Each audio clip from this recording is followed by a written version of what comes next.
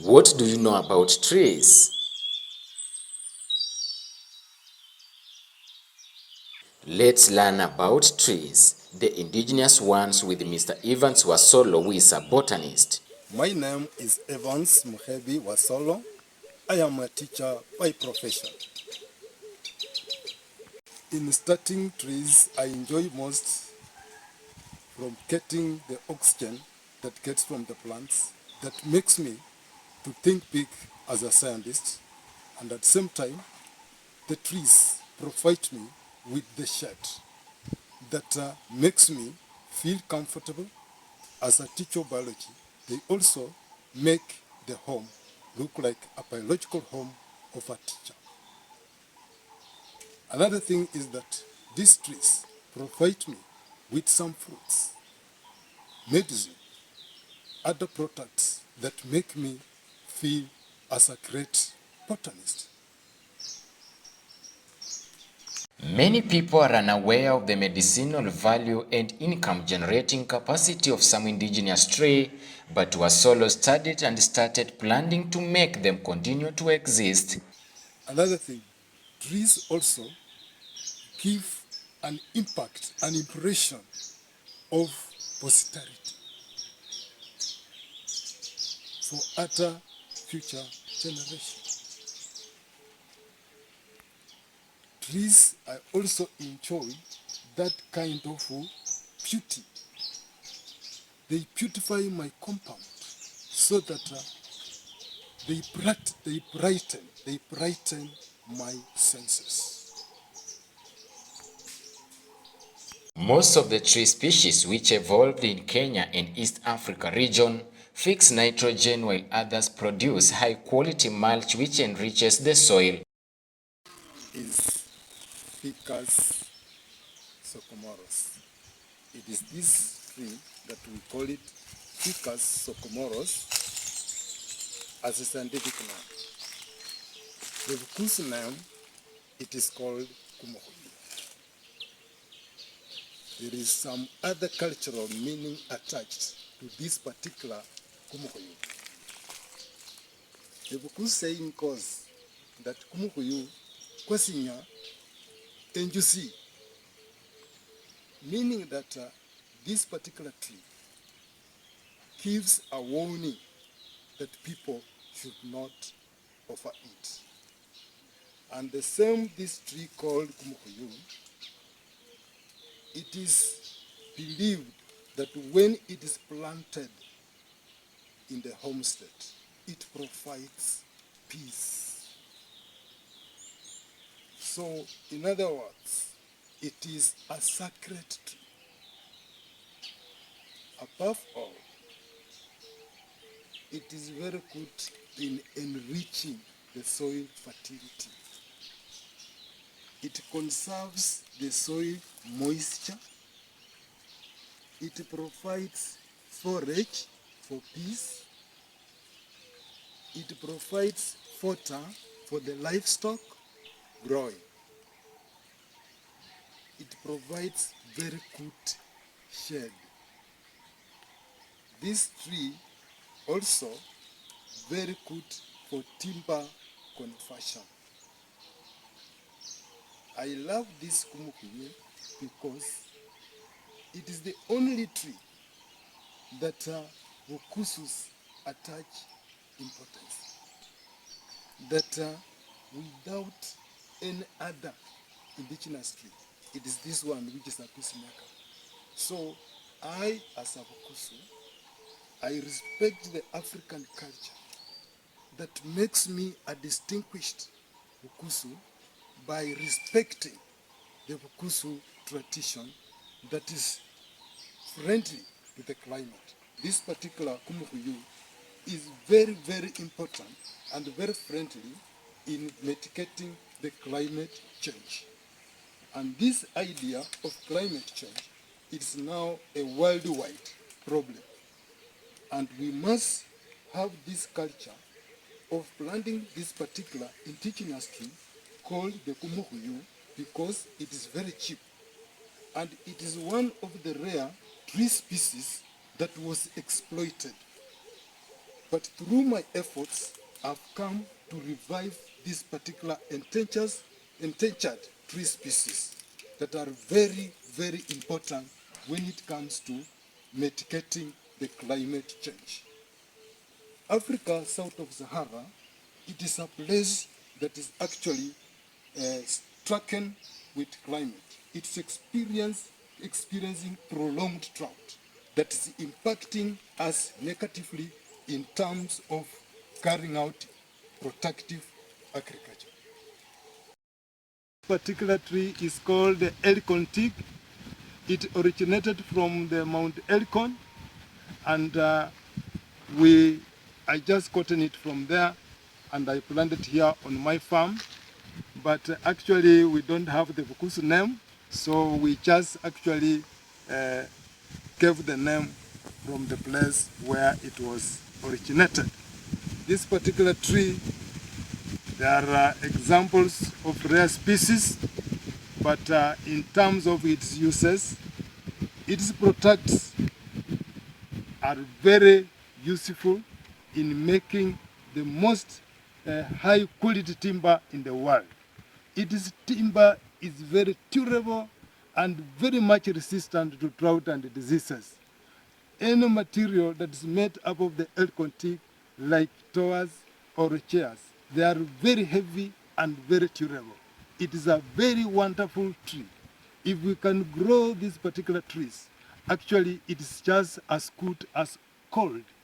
Let us grow this particular elk teak for the purpose of providing quality timber for constructions. Let us go in for the elk teak. And this elk teak, actually, if they are well cared and well spaced, though they take time to grow, they provide the best timber can be used even to make even the chassis of various vehicles. This particular timber is the best. There is no timber in Africa south of Sahara, not of Limpopo, that provides the highest quality timber more than the elk teak. Elk teak is the best. Let us grow them. So this tree is called Milesia excellencia as a scientific name. In Kikusu, we call it Kumurumba. This tree has a lot of importance. One, it has very broad leaves. And being broad leaves, it provides a large surface area for absorption of maximum sunlight necessary for photosynthesis. And therefore, they also have big-sized stomata to provide large surface area for efficient absorption of the carbon dioxide, which is necessary for photosynthesis. At the same time, in terms of ecological and also in climate change, these particular trees are very ideal in mitigating the climate change. And if we can plant such kind of trees in our country, we are going to mitigate the climate change.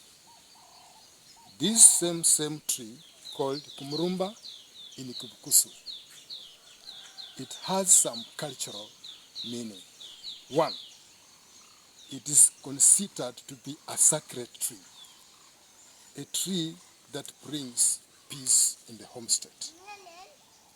And at the same time, this tree, it is believed that no animal can climb it. Wanasema kumurumba sekunini hatawe. Wali kakuninile keha lomurwe maskaka mwenda. This is the type of tree. It is called sekunini hata because it is very slippery and it grows very tall without any tapering. And at the same time, its products, they believe that it provides a love charm. That when you take part of its parts and you put it in your pocket, it gives a love charm that your partner will never run away. So this particular kumurumba is a very wonderful African tree that cannot be underscored. I advise our Kenyan people to grow this particular wonderful tree called kumurumba. Kumurumba ze kunina hatawe. Let us be patriotic about our own African culture that is very quality that makes us as unique people in the world. I'm thinking like a scientist because of this indigenous tree like kumurumba. It makes me to think like Isaac Newton. I'm now discovering the new law that is affecting the human life, where we are really inhaling contaminated air, causing the spread of respiratory diseases that is rampant globally. So to purify this particular environment, we need to embrace and plant more of these indigenous trees that are very much friendly to this particular climate. This tree is called Acacia polycata. In Kibukusu, it is called kumukokwe. This tree, it grows and its bark contains some kind of sharp thorns. This particular tree, when it is planted in the homestead, it really chases away.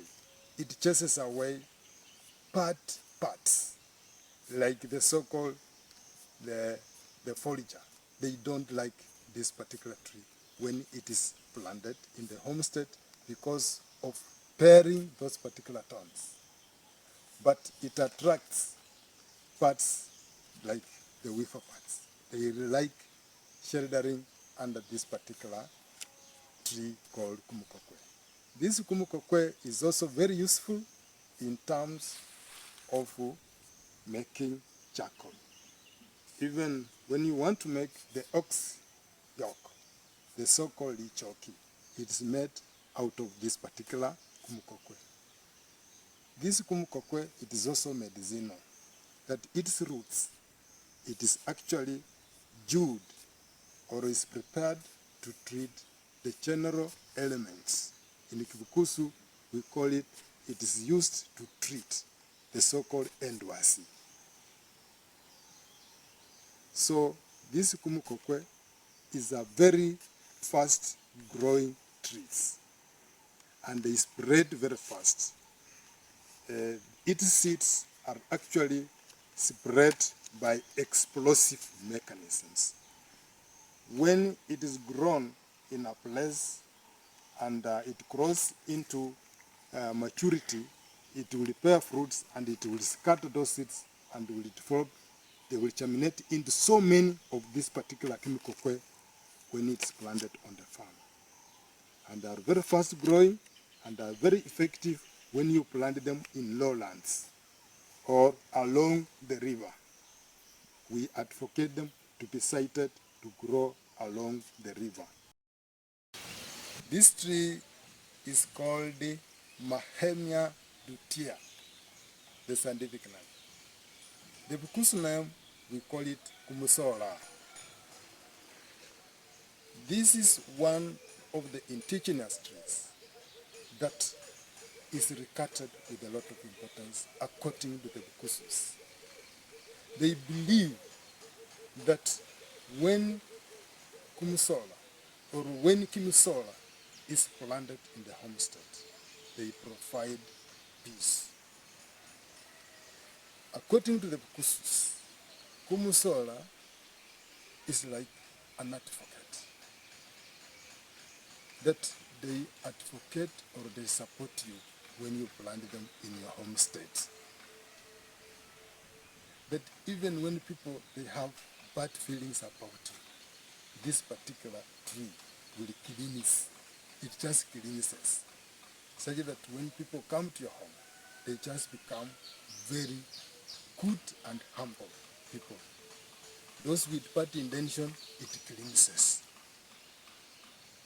So this kumusola is very wonderful because it provides construction material, very convenient, that our old parents used to use these particular trees for constructing the African shrine, the synagogue. They were using these particular branches of these particular trees in constructing Namuima. They used this one. This tree is called Alopecia coraria. That is the scientific name. The vernacular name, it is called kumupeli. It is one of the indigenous trees that play a very important role in terms of climate mitigation. Apart from that, it is also very helpful in ripening of bananas. Its leaves are used to act as ethylene, so that when it is put in the bananas, they serve as a natural ethylene that induces ripening of bananas in a natural form. This particular tree, it is also very useful in terms of providing one of the high quality timber that is resistant to pests and diseases. When I sell them, they give me or they fetch me high prices because of the kind of the natural flavor this particular tree provides to the bananas that I prepare for ripening. At the same time, this particular kumupeli, it really beautifies my compound. At the same time, this particular tree, it provides forage to my peas. When it flowers, its flowers or their flowers are very bright. They attract bees to collect nectar for making of the honey. I'm able to produce high quality honey because of this particular indigenous trees. Of this particular tree is called Croton macrostachys. That is the scientific name. The vernacular name is called kumutoto. These are some of the indigenous trees among the Kusu community, and they are really becoming rare. But there are examples of what we call epiphytus plants, plants that grow on the stems on old trees that have cracked or have developed some holes. They actually germinate from such kind of old trees that have cracked and developed some holes. They easily get established in such kind of old trees. And this particular tree is important in terms of making charcoal, and it also provides some kind of timber. When it is mature, it can provide very quality or durable timber can be gotten from this type of tree called kumutoto. Here, Kuri trichikabar. It is called Kuri trichikapa. The Bukusu name, it is called kumusitati.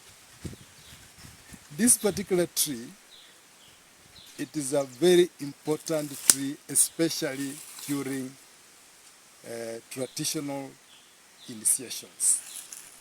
The elders or the counselors, they use a stick of this particular tree in placing the initiates into manhood.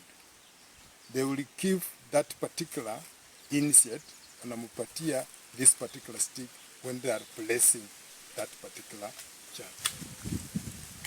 This tree is also, in Kibukusu, it means toughness.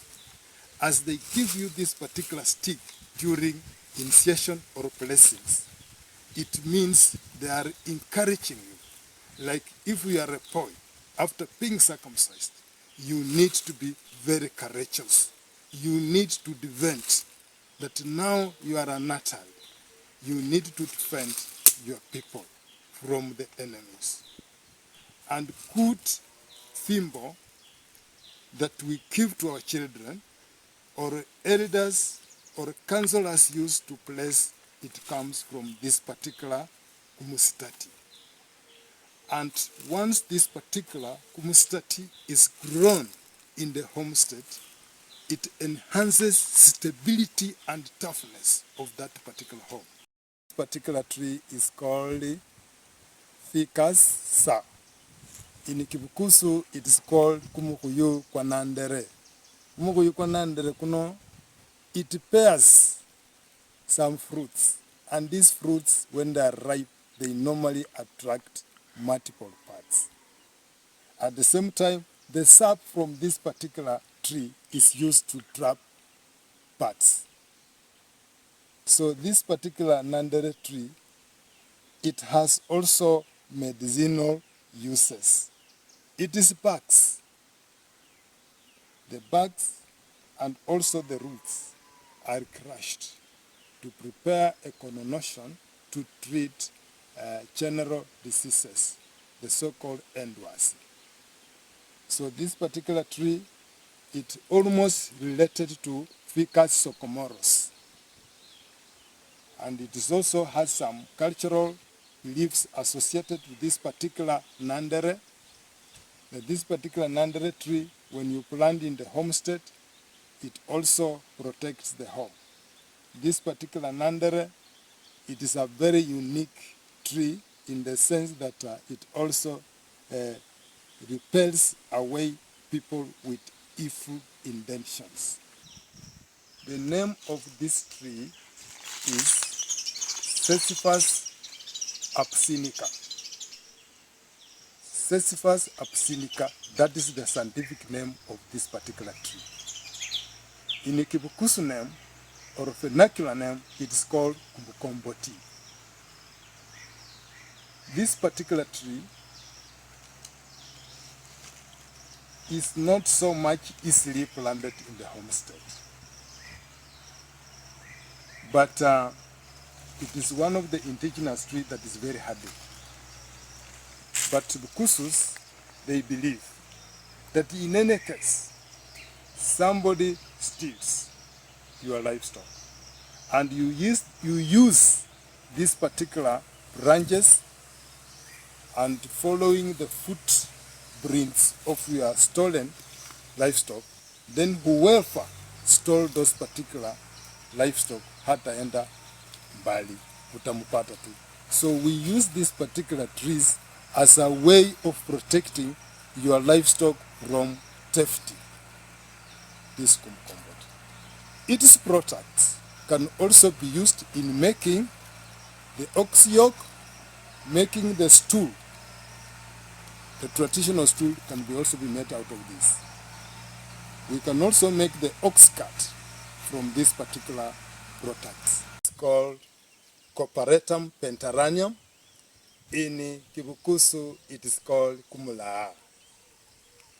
This tree is one of the indigenous trees that is so much popularly grown by the Bukusu people. This particular tree, its branches are used also in constructing of the synagogue. Its branches were used to serve for roasting meat. They believe that the fluid from this particular tree is also used in treating of this mashilingi, the ringworms. And at the same time, this particular kumulaa, when it is planted in the homestead, it actually serves as a peacemaker, and at the same time, it protects the owner of the homestead. Alafu wanasema, when it is also in the compound, it welcomes visitors. According to Mr. Wasolo, indigenous trees has been almost wiped out As no one plants them, he says it's sad to see 400-year-old species being cut down. Wasolo says planting of indigenous trees is a collaborative program on reducing emission from deforestation. Actually growing these particular indigenous trees is actually these particular trees. They make use of the carbon dioxide during the process of photosynthesis. And therefore, as these particular trees utilize this carbon dioxide, it means that the carbon dioxide will not now rise in the atmosphere. Instead, it will be contained by these particular trees during the process of photosynthesis. And in so doing, they are now lessening the emission of this particular carbon dioxide into the atmosphere. And therefore, in so doing, we shall be lessening the carbon emission. And once the carbon emission has been actually been lessened, it actually now reduces the depletion of the ozone layer, therefore mitigating the climate change. On the same note, these indigenous trees, such as Milesia excelsa, the so-called Kumurumba, when you look at their leaf surface, they have broad leaf surface. And that broad leaf surface actually absorb maximum sunlight, and therefore they also contain big-sized stomata that actually increase or provide a large surface for absorption of the carbon dioxide, therefore increasing the carbon stock within the tree, thus reducing the raising of the carbon dioxide into the atmosphere. And in so doing, these particular plants, they will actually transpire. They carry out transpiration. And as they carry out transpiration, that particular water vapor will now rise in the atmosphere and contains forming clouds. And these clouds will eventually form rain. And that's how these particular trees are actually mitigating the climate change.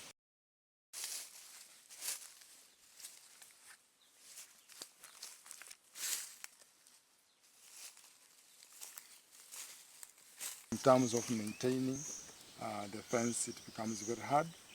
Even the neighbors at times they encroach it, and that's why it gets fallen like this. So some troppers will remove them. Also, the dark liquid monitoring. That anything you can do well, it can only be possible if you have enough finance. When you have enough finance, you can really do so many things. In terms of maintaining, cleaning, pruning, it requires money because I'm the only human people in the world who has sacrificed my 12-acre land on growing trees. It is a very rare human being. I'm a rare human being. In fact, I'm not a human being, but I'm currently a human person with my uniqueness that makes me to become an enemy for those people who are not friendly to the climate. How I wish that the Kenyan government, the national and the county government could actually support this rare human person called Evans Wasolo to ensure that actually environment is protected at all costs, to ensure that actually our youths are engaged meaningfully.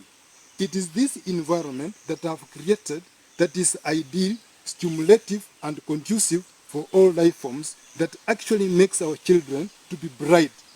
Environment that is enriched like this one of mine is an ideal environment for any kind of life forms. And more so, this a diversified kind of environment actually creates an ideal environment for learning.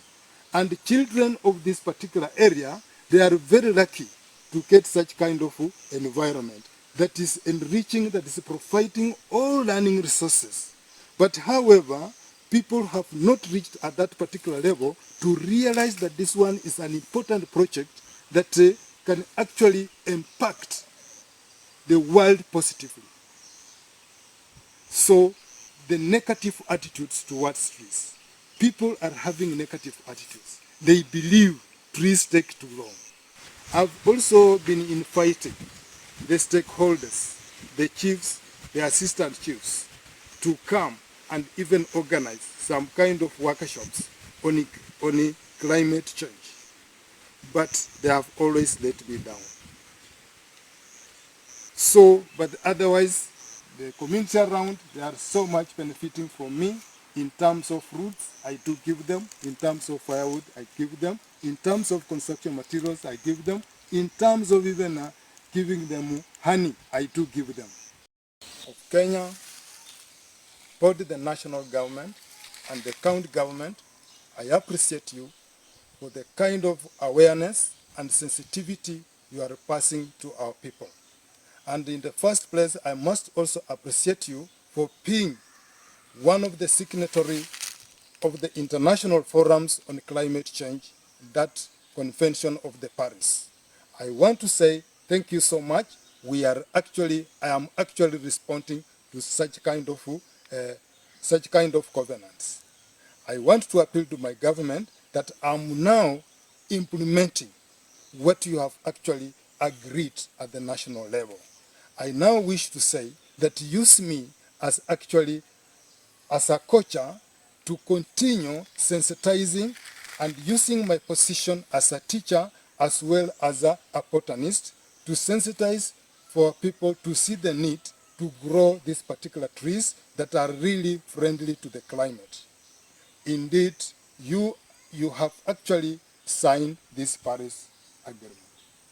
And I'm supporting the President Ruto in his campaign, actually to plant billion tree campaign. I want to assure the government that I am one of the people who have committed myself to join tree campaign globally to ensure that our country attains 10% forest cover. I want to be one of the first front people to ensure that. At this particular juncture, on our piece of land, which is 8 acres, I've already attained 10% forest cover of our community here. Sasa, I sincerely say, I'm one of the people, presently the governor, who is actually supporting the government and the international covenant like sustainable development growth. I believe that the MDG goals, the Millennium Developmental Goals that were signed sometimes, where Kenya, we have to be industrialized by the year 2030. I'm really becoming one of the compliant so that by the year 2030, we are all industrialized. And I'm ready because that's why I've gone in for this particular project to ensure that we provide adequate material to actually accommodate those industrialization. I also want to say that this particular tree, I appealed to the government, the county government in particular, to have this particular forest registered so that it markets itself globally, so that we even allow the foreigners to come and see for themselves and give some technical advice on how we can maintain these particular projects. So I'm actually in agreement that let us partner up with the county government and the national government to ensure that the government obligations, the international forums that the government actually makes, let us actually implement them. I'm on the forefront to appeal the government of the day to come and see what kind of activities I'm actually engaging myself in the name of actually lessening global warming. Indeed, I have even few words to express myself, because when I talk about environment, it's my nature, because me naturally I'm a botanist, because I love nature more than anything else, because without a good nature, there is no life. Because I believe trees are life. Trees provide us with fruits. Trees provide us with oxygen. Trees lessen global warming. So, how can we survive without trees? So, in essence, all good things that we require for the human to thrive comes from environment. Thank you so much.